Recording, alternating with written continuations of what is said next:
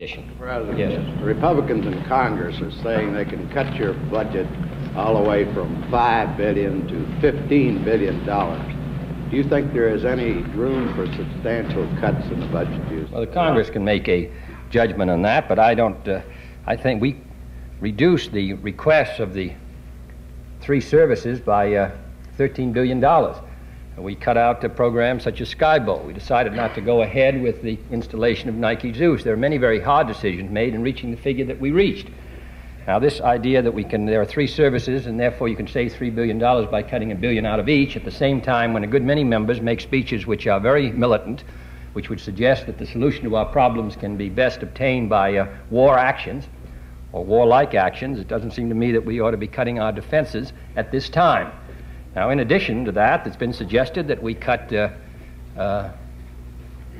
school lunches, that we cut aid to dependent children. I want to see these in more detail. I think we've been generalized enough. Are you going to cut these kind of programs, which are essential to a better life for our people? Are we going to make a determination that we're going to be permanently second best in space?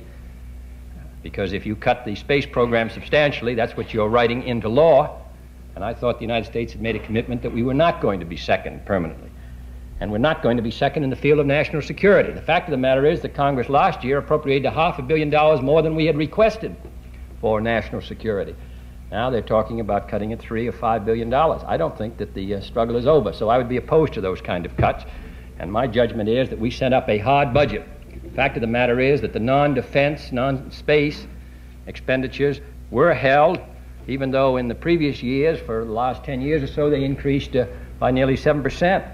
I think we made a hard budget. Now, you may be able to cut some of it, but I think that I want to know where they're going to cut it and whose life is going to be adversely affected by those cuts.